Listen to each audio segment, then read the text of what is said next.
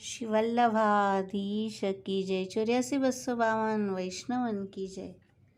પ્રસંગ છે કૃષ્ણદાસ અધિકારી નિત્યલીલાના લલિતાજી મધ્યા એકવાર આગ્રા ગયા છે શ્રીજીની સામગ્રી લેવા. ત્યાં એક વેશ્યા તેની છોરીને નૃત્ય શીખવતી હતી. છોરી પરમ સુંદર 12 વર્ષની હતી. કંઠ પણ સુંદર હતો. કૃષ્ણદાસજી તેમનું ગાન સુનીને મોહિત થઈ ગયા અને વિચાર્યું કે આ સામગ્રી તો અતિ ઉત્તમ છે, દૈવી જીવ છે, શ્રી ગોવર્ધનનાથજીને લાયક છે. આ વેશ્યાની છોરી નિત્યલીલાના બહુભાષિની છે, લલિતાજીના જ સખી છે અને એકવાર મિશ્રીના ડબરામાં છીટા ઉડ્યો હતો. તે અપરાધથી વેશ્યાને ત્યાં જન્મ થયો હતો. તેને 10 રૂપિયા આપ્યા અને કહ્યું કે અમારો શેઠ ગોપાલપુરમાં રહે છે, તેની પાસે તું ગાન કરીશ તો વધારે રૂપિયા આપશું. અને શ્રીજીને ત્યાં લઈને આવ્યા. તે વેશ્યાને નવાવીને નવીન વસ્ત્ર પહેરવા આપ્યા અને એક કીર્તન શીખવાડ્યું કે અમારા શ્રીજી પાસે તું આનું ગાન કરજે.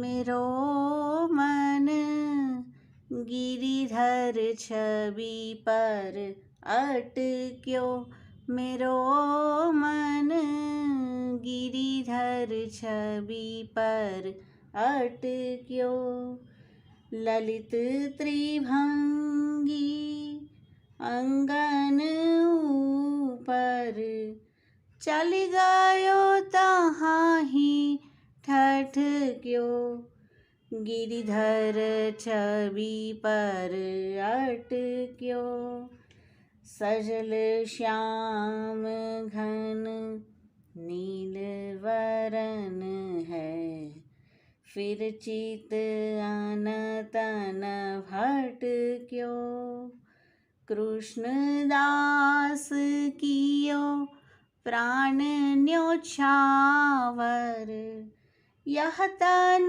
जग सिर पटक्यो, गिरिधर छवि पर अटक्यो, मेरो मन.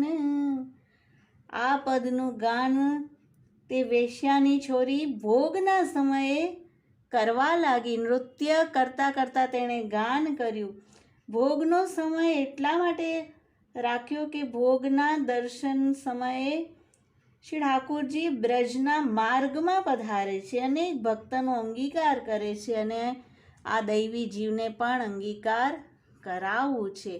અને જેવી છેલ્લી તૂક ગાન કરી, કૃષ્ણદાસ કિયો પ્રાણ ન્યોછાવર, યહતન જગસિર પટક્યો. આ કીર્તનમાં સગ્રા બ્રહ્મ સંબંધનો ભાવ આવી જાય છે. 84 અક્ષરનો આપણો ગદ્ય મંત્ર છે અને આ કીર્તનના પણ 84 અક્ષર છે. અને ગાન કરી રહ્યા છે કે મારું મન ગિરિધરની છબી પર અટકી ગયું છે. મન લાગેલું છે સ્ત્રી, પુત્ર, દેહ અને તે બધું જ અત્યારે શ્રી ગિરિધરની છબીમાં લાગી ગયું.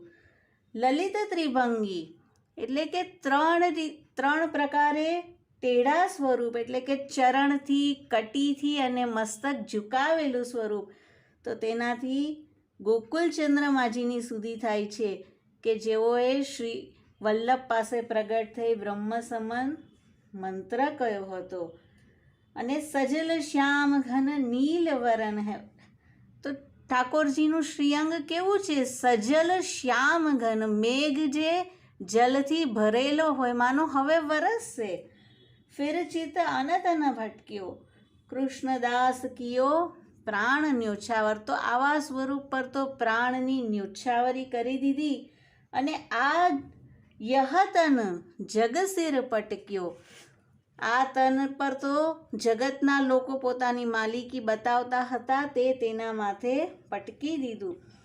તેની માતા અને સમાજ વગેરે રોવા લાગ્યા કે હવે અમે શું કરશું, અને કહે છે કે એની આટલું જ આયુષ્ય હતું. તો આ રીતે વેશ્યાની છોકરીનું શ્રી ગોવર્ધનનાથજીએ કૃષ્ણદાસની કાનીથી અંગીકાર કરાવ્યો છે. પણ બ્રહ્મ સંબંધ વિના તો અંગીકાર નથી, તો કઈ રીતે થયું હશે? વેશ્યાની છોરી દેહ તજીને લીલામાં ગઈ, ત્યાં લલિતાજી સ્વામીજી સદા બિરાજે છે. કૃષ્ણદાસજી લલિતા રૂપ થઈ જગતથી તે છોરીને કાઢી છે અને લીલામાં પઠાવી, અને ત્યાં લલિતાજીએ શ્રી સ્વામીજી દ્વારા બ્રહ્મ સંબંધ કરાવી સેવામાં રાખ્યા. તો આ રીતે લલિતાજીના સખી છે અને આ પ્રકારે તેનું બ્રહ્મ સંબંધ થયું. તો કેવલ એક કીર્તનના ગાનથી, કારણ કે આપણા અષ્ટસખાની વાણી એવી છે કે તેના એક પદના ગાનમાં પણ જો આપણે નીકી ભાતીથી કરીએ તો સીધા આપણા જે આપણું સ્વરૂપ હોય ત્યાં પ્રાપ્તિ થાય. અને અહીંયા તે વેશ્યાની છોરી બહુભાષિનીજીને શ્રી લલિતાજીએ પોતાના મૂળ સ્થાનમાં પ્રાપ્ત કરાવ્યા. તો કૃષ્ણદાસ અધિકારી આવા ભગવદીય છે, વેશ્યાનું છોરીનો અંગીકાર કરાવ્યો. શ્રી વલ્લભાધીશ કી જય.